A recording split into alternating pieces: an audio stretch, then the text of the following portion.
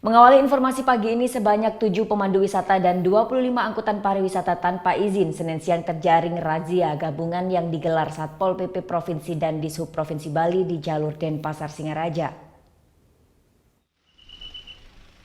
Menjelang Hari Raya Imlek, Satpol PP Provinsi Bali gencar melakukan razia gabungan untuk menjaring pemandu wisata atau guide yang tidak memiliki lisensi.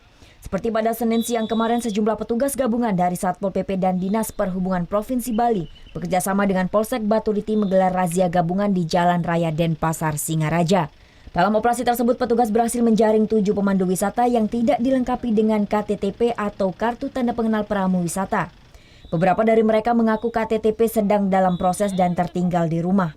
Tidak saja pemeriksaan KTTP, dalam operasi ini juga terjaring pemandu wisata yang tidak menggunakan pakaian adat Bali sesuai dengan perda yang berlaku.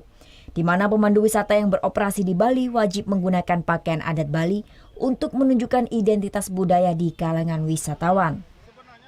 Kalau mau gini karena lot aja nyari di sana banyak yang nggak pakai lesen kayak Cina terutama.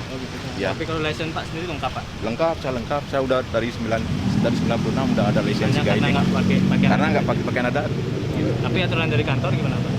Kalau dari kantor, kalau transport di kantor nggak diharuskan pakai pakaian adat. Selain mendapat teguran tertulis dan lisan, pemandu wisata juga akan mengikuti sidang yang akan digelar di Pengadilan Negeri Tabanan. Itu giat kita, jadi kita giat sekali bertindak optimal lah kita, harinya semua terjaring Pak. Nanti hasilnya ini Pak, kita kembangkan ejen-ejen apa sih yang memerintahkan mereka nih yang mempergunakan contoh kendaraannya. Kalau sudah tidak berizin, ejen apa sih yang mempergunakan? Itu nanti kita cek ejennya itu Pak, apakah ejen itu berizin atau tidak. Itu Pak. Nah, nanti kalau ejennya tidak berizin, kita kembangkan, mungkin kita akan tutup ejen itu Pak.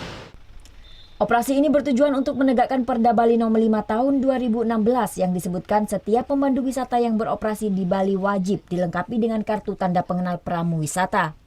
Dalam operasi ini juga terjaring sebanyak 25 angkutan wisata ilegal yang tidak dilengkapi izin surat izin angkutan pariwisata, dan bulan Februari nanti mereka akan mengikuti sidang di Pengadilan Negeri Tabanan.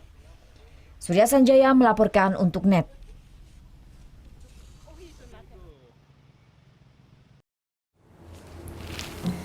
Udah selesai kan nontonnya? Nah, jadi jangan lupa buat like, komen, dan subscribe ya.